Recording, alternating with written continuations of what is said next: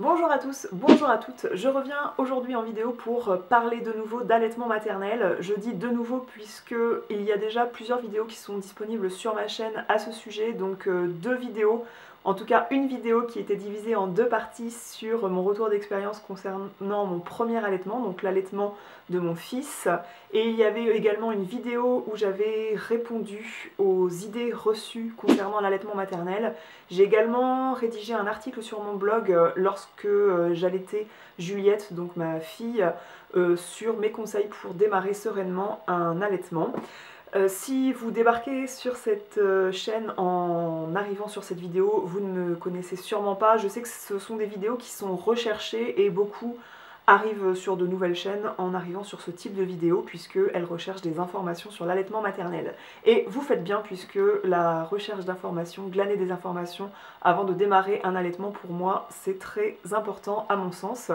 Donc pour me présenter, je suis maman, j'ai 31 ans, enfin je vais avoir 32 ans cette année, et j'ai allaité mon fils en 2015, je l'ai allaité 6 mois, et ma fille, je l'ai allaitée sur 2018-2019, elle est née en août 2018, et je l'ai allaitée 9 mois et demi. Je vous avais demandé sur Instagram de me poser des questions, je ne ferai pas des conseils vraiment dans cette vidéo, 10 conseils pour démarrer un allaitement maternel. Je vais plutôt suivre le fil conducteur de vos questions, et si vous avez besoin de conseils, si vous voulez savoir pourquoi moi je trouve ça important d'allaiter, si vous voulez savoir pourquoi moi j'ai allaité, je vous renvoie vers mes précédentes vidéos, puisque quand j'avais fait les vidéos sur le retour d'expérience concernant l'allaitement maternel de Pierre, mon fils, j'avais démarré ces vidéos en disant pourquoi moi je trouvais ça important d'allaiter mon enfant, pourquoi ça me tenait à cœur. Donc si vous voulez ces infos-là, je vous renvoie volontiers vers ces vidéos qui seront à mon avis tout à fait complémentaires de ça. Je vais tout de suite passer à vos questions puisqu'elles ont été nombreuses. Je vous remercie d'avoir joué le jeu sur Instagram pour que la foire aux questions soit intéressante. Tout d'abord, on m'a demandé s'il y avait une bibliographie à recommander. Alors, dans ma première expérience d'allaitement maternel, j'avais acheté 100 conseils sur l'allaitement maternel. C'était un petit bouquin, je crois, de Muriel Igmourassen, si je me souviens bien de son nom, ou alors je confonds avec un autre auteur. C'est une sage-femme qui est spécialiste en allaitement maternel qui a rédigé ce livre, et il m'avait beaucoup aidé pour allaiter Pierre. Je l'avais lu pendant ma grossesse, et ensuite, le sommaire était bien fait pour que lorsque j'allaitais Pierre, je puisse rechercher un élément ou deux qui répondrait à mes questions sur le moment. Mais c'est vrai que pour l'allaitement de Juliette, j'ai acheté le manuel très illustré d'allaitement. Vous n'êtes pas étonnés puisque vous l'avez vu passer en photo sur Instagram. Je vous l'avais recommandé, et l'auteure Caroline Guillot a eu la gentillesse d'offrir 2 exemplaires à 2 d'entre vous pour les 6 ans de mon blog. J'avais organisé un concours autour de ce livre, et pour moi c'est la Bible concernant l'allaitement. C'est vrai que ça vient tout à fait dédramatiser en fait l'allaitement. Ça répond de façon très synthétique et de façon imagée, de façon illustrée à toutes les questions qu'on peut se poser sur l'allaitement. Ça répertorie également tous les petits problèmes qu'on peut avoir, donc des problèmes qui peuvent être des problèmes où il n'y a pas vraiment de solution, mais une manière de faire avant et après la tétée pour que ça se passe au mieux pour l'enfant et pour la maman, pour que la maman ne souffre pas. Ça lève les tabous sur différents points comme la libido pendant l'allaitement, comment ça se passe. Idem, comme beaucoup de livres sur l'allaitement maternel, comme beaucoup de livres théoriques, documentaires, on peut juste l'avoir dans sa bibliothèque à la maison, ne pas forcément tout lire d'un coup, puisque ça reste un bouquin en mode assez gros pavé, ça fait à peu près 280 pages, je crois. Et on peut choper soit à la fin le glossaire pour hop, ocytocine, qu'est-ce que c'est? Vous avez des informations, page 30, 31, 58, 59. Le sling, comment allaiter dans un sling, page 202, 204, 205, voilà. Le sommaire, si vous voulez des informations concernant le retour au taf, sur la diversification alimentaire, vous vous rendez page 222 et 228. Donc il est super bien fait. J'avais acheté également un livre de la Leche League, qui est l'art de l'allaitement maternel, les clés d'un allaitement heureux, et personnellement je le recommande pas forcément parce que, vous voyez, c'est vraiment un bouquin qui est écrit comme un roman, et ça manque de schéma, ça manque... Enfin, il y a des dessins un petit peu sur les différentes positions que bébé peut prendre pour allaiter, donc la madone, la position allongée et tout, mais il y a beaucoup de lectures, ça peut être un peu rébarbatif de devoir lire ça pour répondre à une petite question. Donc en plus des livres, je vous recommande d'écouter des vidéos donc comme celle-ci, d'écouter des témoignages de différentes blogueuses, youtubeuses, de ne pas seulement vous fier à votre blogueuse préférée, donc ne regardez pas seulement cette vidéo, mais regardez-en plein d'autres. Également, il y a 2 comptes Instagram qui me plaisent beaucoup, donc le compte de Caroline, je vous mettrai le lien en barre d'infos, et aussi le compte boops.fr, qui est un compte qui fait des parallèles avec différentes situations. Donc déjà, il répertorie différentes images qui, aux yeux de certaines personnes, peuvent paraître choquantes sur l'allaitement, mais c'est des images un peu plus insolites que ce qu'on a l'habitude de voir, que moi je trouve très intéressantes. Et aussi, elle fait des parallèles. L'auteur de ce compte Instagram fait des parallèles avec les animaux. Pourquoi je vous recommande de suivre, d'écouter plusieurs témoignages et pas seulement le mien, parce que je pense sincèrement que l'allaitement c'est une histoire de transmission. Si vous avez une sage-femme à l'hôpital, à la maternité qui vous donne des conseils et qu'elle-même n'a pas allaité, moi j'ai du mal à croire que ces personnes-là sont bonnes conseillères en allaitement. Pour moi c'est vraiment quelque chose qui peut se partager si on l'a vraiment vécu. Il n'y a pas seulement le côté médical de la chose, le côté technique de la chose qui est important. Pour moi, l'allaitement, les bons conseils, ils viennent vraiment de personnes qui ont elles-mêmes allaité, que ce soit 1 mois, 2 mois, 3 mois. Je pense que l'allaitement, c'est vraiment une histoire de transmission. Seconde question que j'ai trouvée intéressante parce que j'avais vraiment matière à répondre. Y a-t-il un ou des indispensables à acquérir pour une maman novice qui souhaite allaiter ? Donc en plus de la Bible, le manuel très illustré de l'allaitement maternel, il y a quand même plusieurs accessoires à avoir pour mener à bien son allaitement. Bien que l'avantage, le gros avantage de l'allaitement, c'est de pouvoir se barrer n'importe où avec seulement ses seins sur soi et son bébé, et on peut le nourrir n'importe où. Il n'y a pas besoin de s'en aller avec des dosettes de lait en poudre précisément mesurées. Il n'y a pas besoin de s'en aller avec sa bouteille d'eau minérale non ouverte, avec un biberon, avec un goupillon pour nettoyer le biberon. Non, on part hyper léger. Cependant, sur soi, c'est bien de pouvoir être équipé pour allaiter facilement. Donc moi, je recommande pas du tout d'acheter des vêtements d'allaitement. J'en ai jamais eu besoin en fait. J'ai eu 2 robes d'allaitement que j'avais portées pendant ma grossesse, et ensuite moi j'ai eu envie de reporter ma garde-robe classique. Et du coup, je les ai pas beaucoup utilisés, et j'ai eu 2 ou 3 tops d'allaitement que j'ai beaucoup plus portés pour Pierre, mais beaucoup plus, alors 3-4 fois de plus. Mais finalement, moi, la technique que j'ai toujours utilisée, c'est de lever mon t-shirt, même quand j'étais en public, où je me mettais dans un coin à l'abri des regards, non pas que j'ai honte d'allaiter, mais parce qu'on a envie que le bébé soit au calme pour faire la tétée. Et du coup, moi je levais mon haut, je baissais l'enveloppe de mon soutien-gorge qui est un soutien-gorge d'allaitement, et le bébé en fait il cache le ventre qui est pas forcément... c'est surtout au début en fait qu'on a envie d'avoir des vêtements d'allaitement qui masquent le ventre, parce que le ventre dans les 2 mois qui suivent l'accouchement est pas super joli et pas au top de sa forme, donc on n'a pas envie de découvrir son ventre. Et moi, en tout cas, j'ai toujours eu un bébé qui, dans la position où je me mettais pour allaiter, donc assise, la position de madone, je trouve que le bébé camoufle bien le sein. Au pire, je mettais un lange pour camoufler le haut de mon sein, pour camoufler un petit peu mon ventre. Par contre, les soutiens-gorge d'allaitement, si vous souhaitez allaiter un certain temps, vous pouvez avoir envie d'avoir des soutiens-gorge d'allaitement confortables. Donc là, on passe par les brassières d'allaitement, ceux qui sont sans armature. Mais aussi, si vous allaitez un certain temps, vous allez avoir envie de porter des tenues. Par exemple, si vous traversez différentes saisons, si vous avez un débardeur comme ça, vous n'avez pas envie d'avoir une grosse brassière dessous, vous allez avoir envie d'avoir un soutien-gorge classique dessous. Donc il y a différentes marques qui proposent des sous-vêtements d'allaitement vraiment pas chers. Je vous en ai sorti plusieurs, donc la brassière d'allaitement dont je parlais, qui est tout à fait classique et sans armature, super confortable pour voilà, le quotidien et aussi pour dormir, puisque Un des désavantages de l'allaitement, c'est que, à moins que vous acceptiez de vous lever le matin avec le t-shirt tout mouillé, il est mieux de porter un soutien-gorge d'allaitement la nuit pour que vous puissiez glisser des coussinets d'allaitement et que vous ne vous réveillez pas le t-shirt imbibé de votre lait.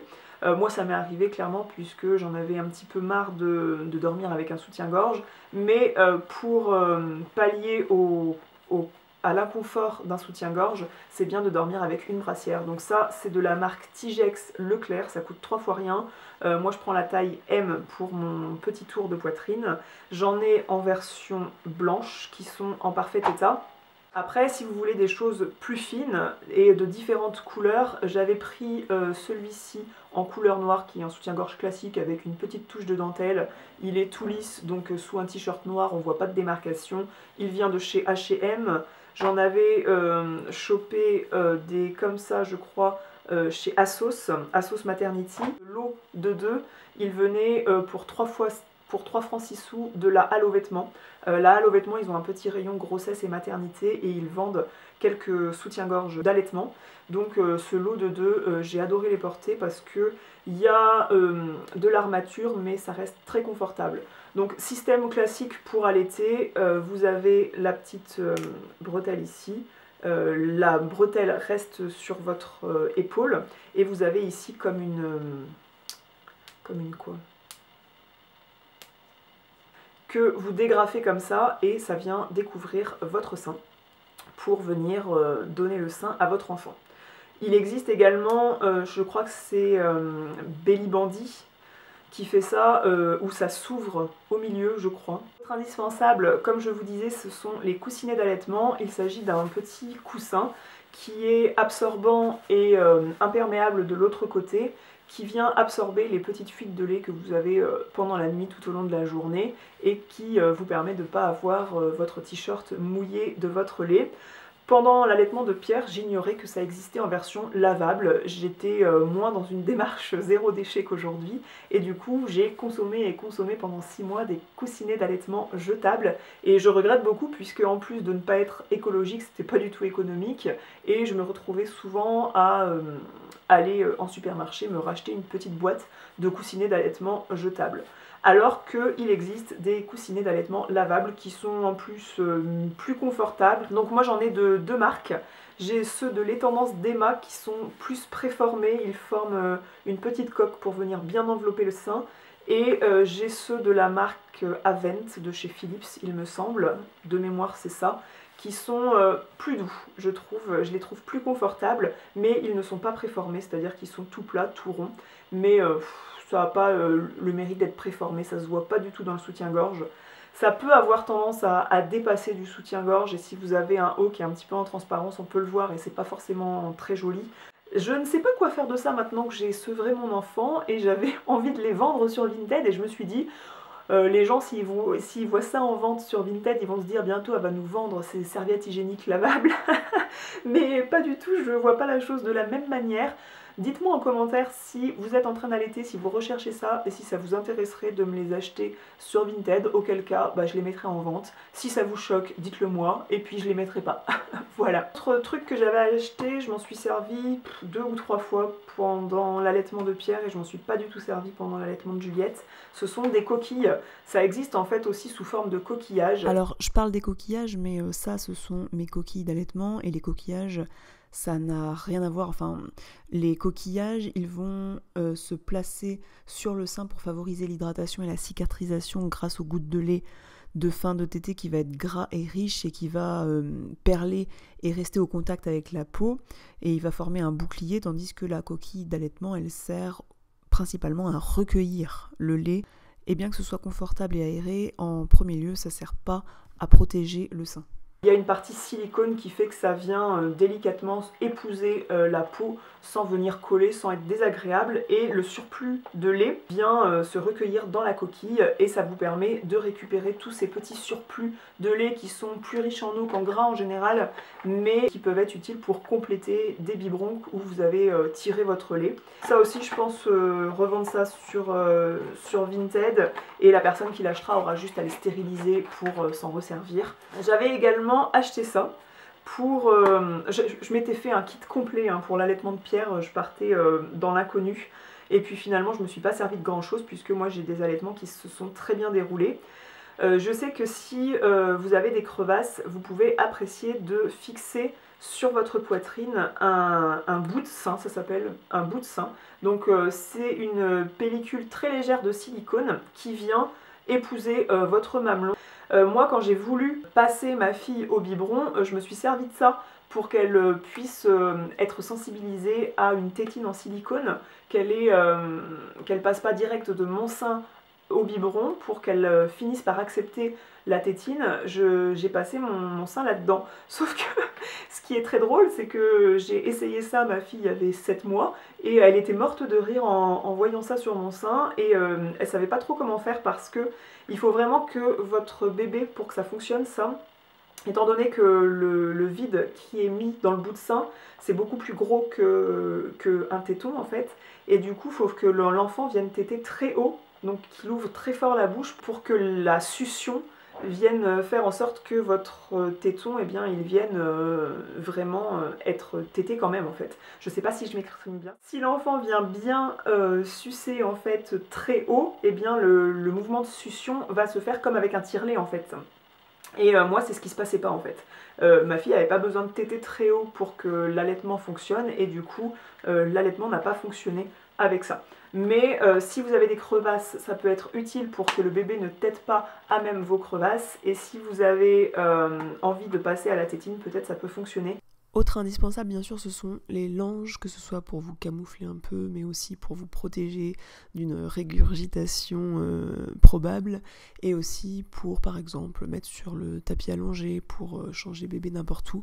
Bref, c'est hyper utile. Autre indispensable que je recommande vraiment si vous allaitez, que je n'ai pas eu pour l'allaitement de Pierre, et j'étais très contente de l'avoir pour l'allaitement de Juliette pour vaquer à mes occupations pendant qu'elle tétait, c'est une écharpe sling, puisque si vous relâchez un petit peu le tissu de la boucle, elle peut téter en fait tout en étant dans le sling, en étant en position donc presque assise avec les jambes bien posées comme dans une écharpe de portage.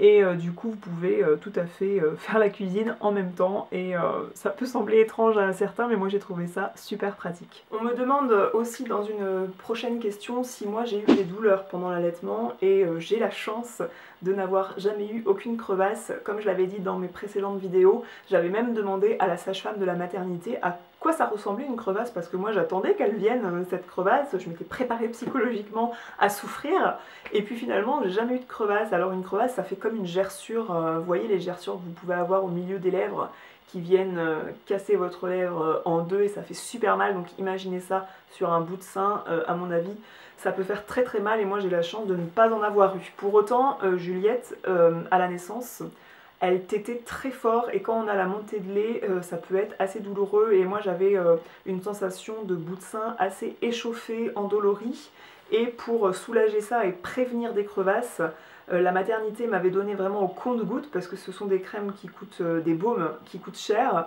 et du coup ils donnent ça sous format échantillon comme ça. C'est un baume allaitement à la lanoline, une substance en fait qui vient faire une pellicule grasse sur le téton qui peut tout à fait être ingérée par l'enfant. L'enfant peut téter en fait avec ce produit-là sur votre mamelon, c'est pas grave du tout. Et ça apaise et protège les mamelons pour prévenir les crevasses. Donc si vous voyez que votre mamelon est sensible, irrité, vraiment très rouge, que ça commence vraiment à s'échauffer, n'attendez pas d'avoir la crevasse, mettez ce genre de truc, même s'il faut que vous alliez l'acheter en pharmacie, en parapharmacie. Je sais pas si en parapharmacie on peut trouver ça. Mais voilà, attendez pas que ça crevasse parce que franchement il paraît que ça fait souffrir et je veux bien le croire. Parce que moi-même ces échauffements, je trouvais ça assez douloureux. Donc j'ose imaginer que ça peut faire mal. Le seul petit défaut de ça, c'est que ça tâche en fait. Moi j'ai une nuisette qui est venue frotter en fait ce produit-là sur mon sein et du coup ça fait comme une tache de gras que j'arrive pas à enlever sur la nuisette. Donc c'est juste le petit défaut de ça, mais ça m'a sauvé le début de mon allaitement quand même. Pour éviter que le mamelon vienne se coller au coussinet, aux vêtements avec la lanoline et que ce soit désagréable, pour bien que la lanoline elle reste pour s'imprégner sur le mamelon, eh bien vous pouvez utiliser tout simplement ces coquillages qui formeront un bouclier pour favoriser la cicatrisation. Quelques gouttes de lait maternel parfois peuvent suffire parce que c'est une substance qui est cicatrisante, mais parfois ça suffit pas et on a besoin de la lanoline. Moi en tout cas j'ai pas eu besoin des coquillages parce que cette durée d'échauffement a été très courte dans toute mon aventure lactée, mais je vous les recommande franchement si ça dure un peu trop dans le temps. Pour les indispensables, soutien-gorge d'allaitement, coussinet d'allaitement lavable. La troisième chose que je trouve quand même indispensable, c'est un tire-lait, qu'il soit manuel ou électrique. C'est vraiment très pratique de pouvoir tirer son lait, surtout si vous avez une reprise de travail, que vous devez vous absenter et que vous souhaitez que quelqu'un puisse donner votre lait dans un autre contenant, le lait que vous aurez tiré, et bien un tire-lait ce sera vraiment important. De même, si vous avez un bébé qui dort beaucoup, eh bien vous pouvez avoir une panne de lait, puisque l'allaitement c'est vraiment la loi de l'offre et de la demande. Plus votre bébé va téter, plus ça va donner un signal à votre cerveau comme quoi il faut produire plus de lait. Et s'il tète moins, du coup, vous allez un petit peu vous tarir. Donc si vous avez envie de stimuler la lactation de temps en temps parce que votre bébé a espacé les tétés, eh bien un tire-lait ça peut être super utile, ne serait-ce que pour faire quelques pressions de temps en temps, eh bien ça peut être super utile. Donc le mien est un tire-lait de la marque Leclerc, donc c'est la marque Tigex, pareil que les soutiens-gorge d'allaitement que je vous ai montré.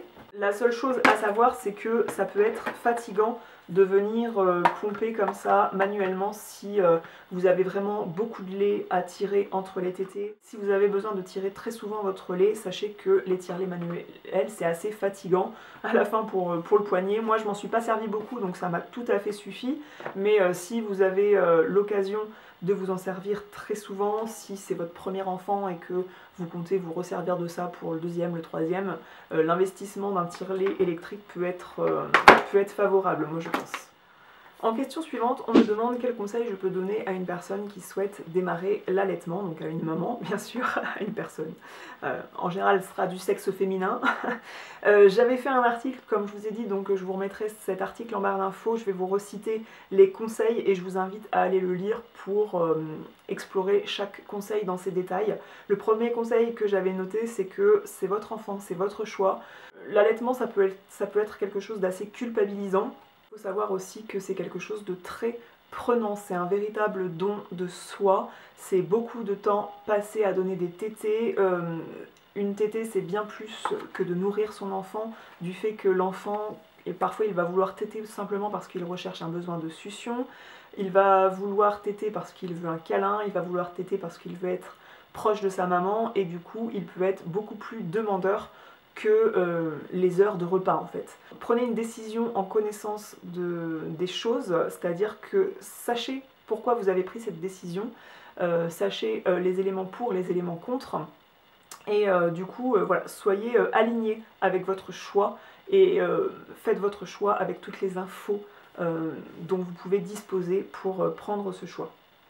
Le deuxième conseil que j'avais donné, c'était de s'informer et s'entourer des bonnes personnes.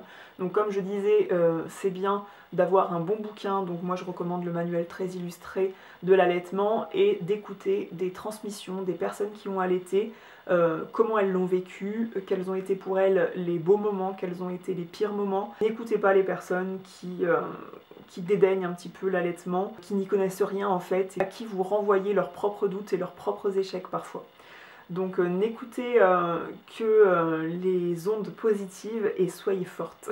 Le conseil numéro 3, c'était d'expliquer l'allaitement à vos aînés. Donc moi j'avais parlé de plusieurs bouquins. Après j'avais parlé de l'équipement pour allaiter, donc je vous en ai parlé dans une des questions précédentes.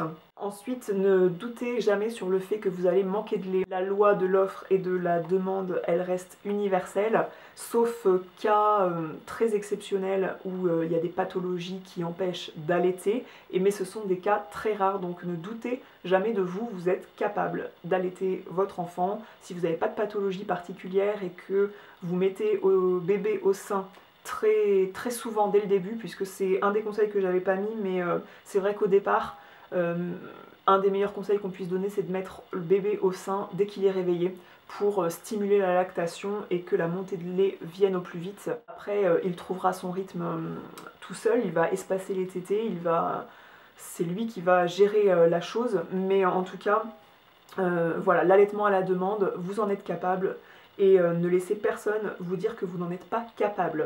La tétée d'accueil, donc ça c'est un des conseils que je peux donner qui est important, c'est que la tétée d'accueil soit faite au plus tôt après l'accouchement pour que votre lactation soit au plus vite stimulée et que le besoin de succion de l'enfant soit tout de suite assouvi. SOS, montée de lait, quand elle va arriver, vous allez vous en rendre compte. Donc tremper son sein dans un verre d'eau chaude, arroser sous la douche ses seins d'eau chaude, c'est la meilleure solution. Également, donc le tire-lait, ça peut être très utile pour soulager une montée de lait. Si vous avez votre enfant qui pionce à point fermé et que vous avez les seins qui sont tellement durs que vous rêvez de réveiller votre bébé pour qu'il tète, vous pouvez prendre le tire-lait pour venir désengorger votre poitrine. Ensuite, voilà, d'explorer vous-même et de ne pas être trop dur avec vous-même. Si vous avez bu un verre et que votre enfant doit téter derrière, c'est pas ça qui va le tuer. Bien sûr qu'il ne faut pas boire d'alcool pendant qu'on allaite, mais vous vous êtes permis une exception et que derrière il y a une tétée alors que vous croyez qu'il allait dormir pendant 10 heures d'affilée, eh bien c'est pas grave. Vous pouvez boire votre café le matin, un café à midi. As-tu déjà eu envie de baisser les bras et pour quelle raison?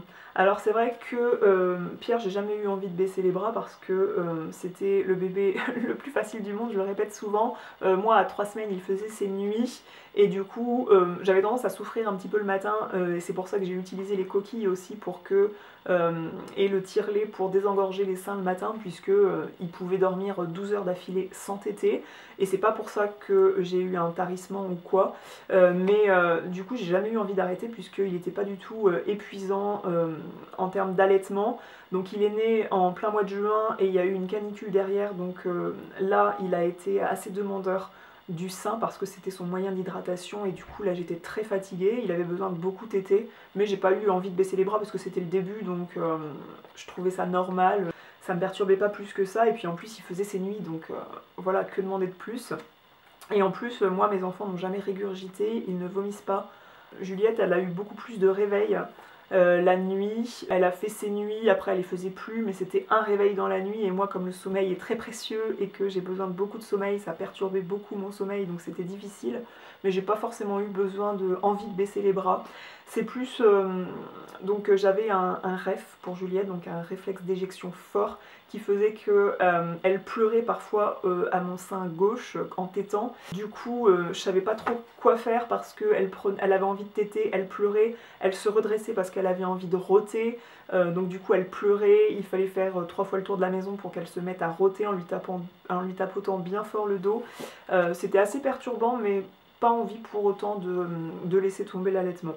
Bien que ça m'est arrivé de me dire oh là là je vais lui coller un biberon, demain je passe au biberon parce que j'en peux plus, mais je considère pas ça comme une envie de baisser les bras parce que c'est une idée passagère qu'on dit un petit peu sous le coup de la fatigue, mais au plus profond de moi, non, j'avais pas envie de baisser les bras.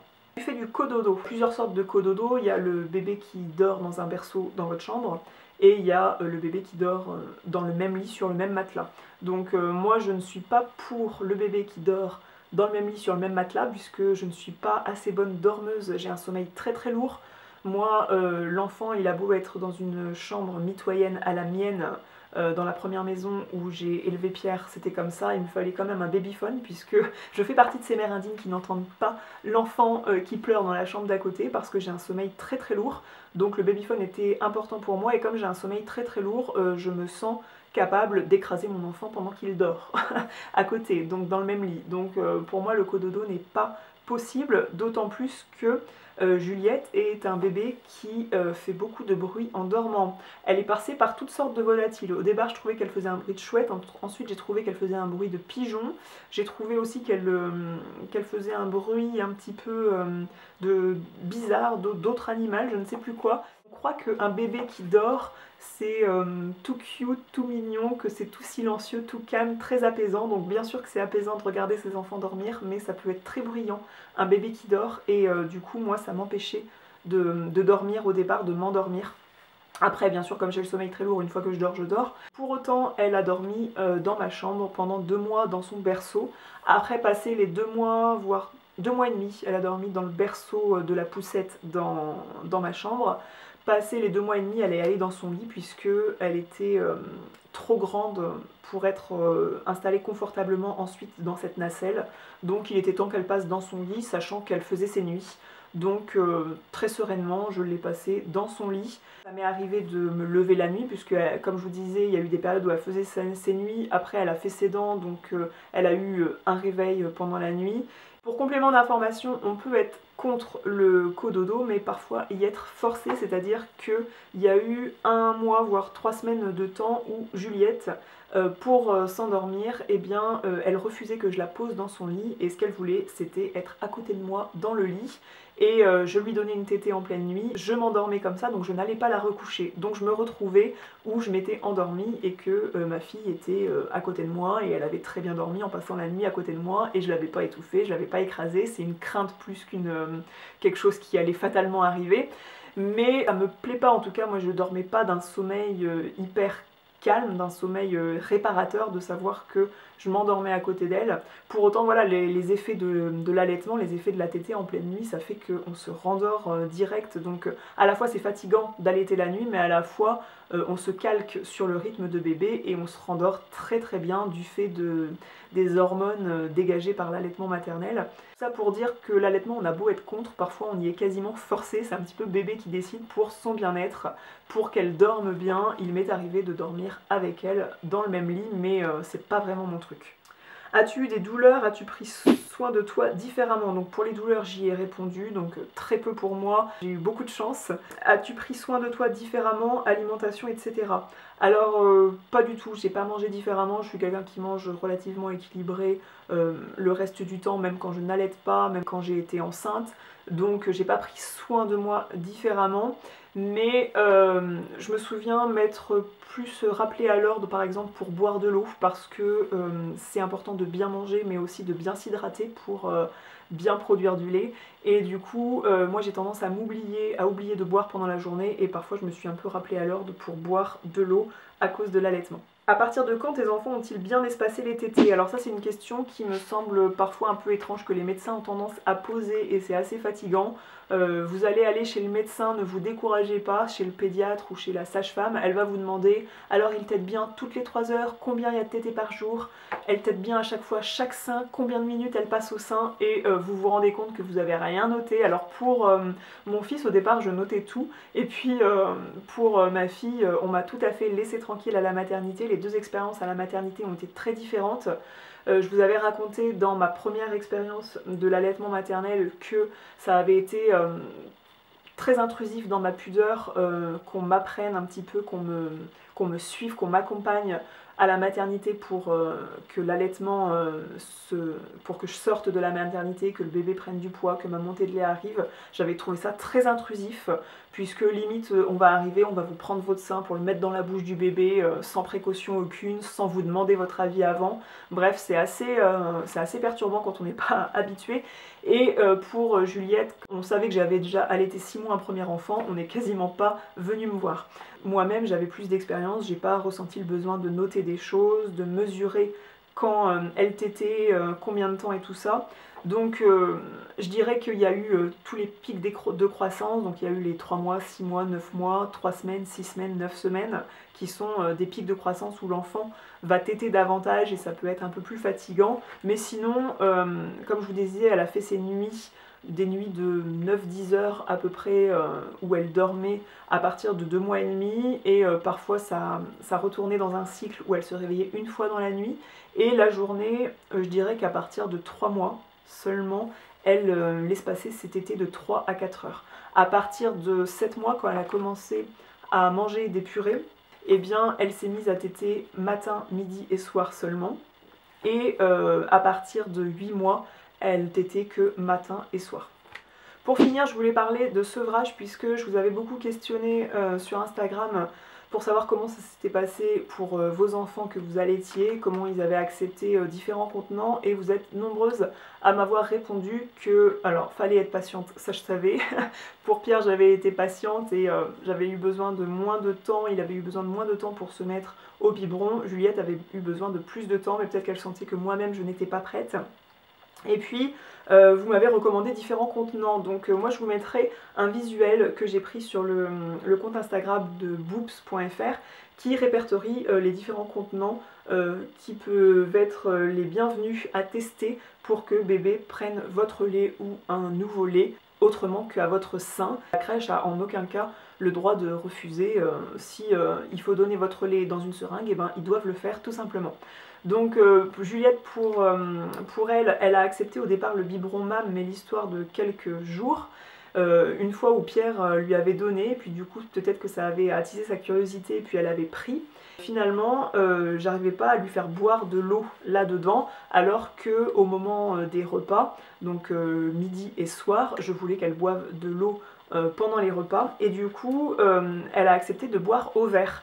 Et pour avoir quelque chose qui ne fasse pas de fuite et qu'elle puisse être autonome pour boire, donc elle ne le soulève pas encore, mais ça ne saurait tarder, et surtout quelque chose qui ne se renverse pas, j'ai pris sous vos recommandations la tasse 360 Munchkin, qui est une tasse où il y a un petit couvercle en silicone qui fait que s'il y a de l'eau dedans, ça ne se renverse pas, mais que si le bébé il pince sa lèvre dessus, il en sort un petit fil d'eau qui lui permet de boire. Donc parfois ma fille elle boit en pinçant la lèvre dessus, et parfois il faut lui ouvrir le truc, et comme il y a des petits trous, il y a quand même un débit qui n'est pas trop fort, moins qu'un verre en plastique classique, et du coup cette tasse ça a été miraculeux pour qu'elle puisse enfin boire de l'eau au moment des repas. Donc j'en ai acheté une pour la crèche et une pour la maison, et ça a été miraculeux.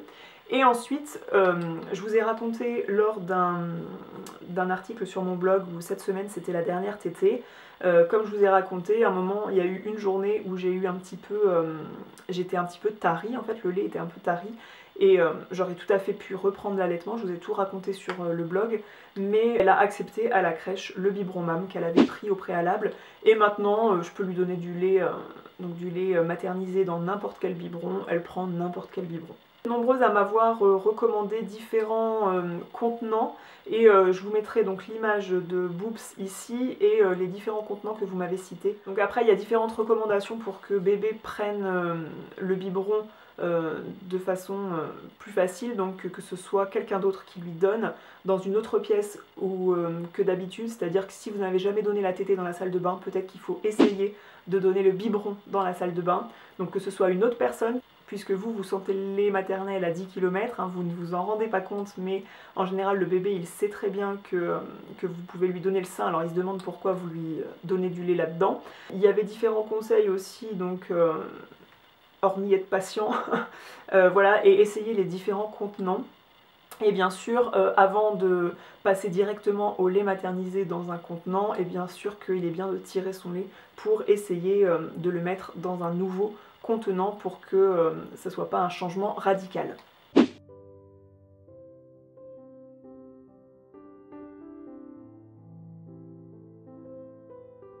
Je pense avoir répondu à toutes les questions qui m'ont été posées, du moins j'espère. Si vous avez d'autres questions, n'hésitez pas à les poser en commentaire, n'hésitez pas à échanger en commentaire, la zone de commentaires est là pour ça, pour que chacune puisse aussi partager son retour d'expérience, qu'il n'y ait pas que le mien et que vous puissiez vous répondre entre vous.